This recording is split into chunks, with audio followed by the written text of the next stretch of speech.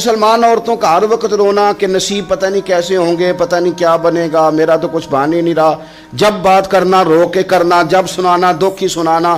یہی حال ماں کا ہے، یہی بہن کا ہے، یہی بیٹی کا ہے، الا ماشاءاللہ کچھ اچھی بھی ہیں۔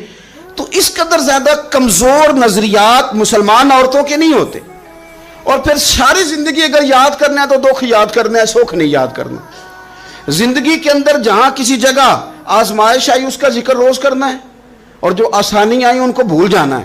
حضرت ہاجرہ کو جناب ابراہیم خلیل اللہ علیہ السلام چھوٹا سا بیٹا دے کے وادی غیر ذی زرعین میں چھوڑ آئے، اتنی سی کھجوریں، ایک مشکیزہ پانی کا۔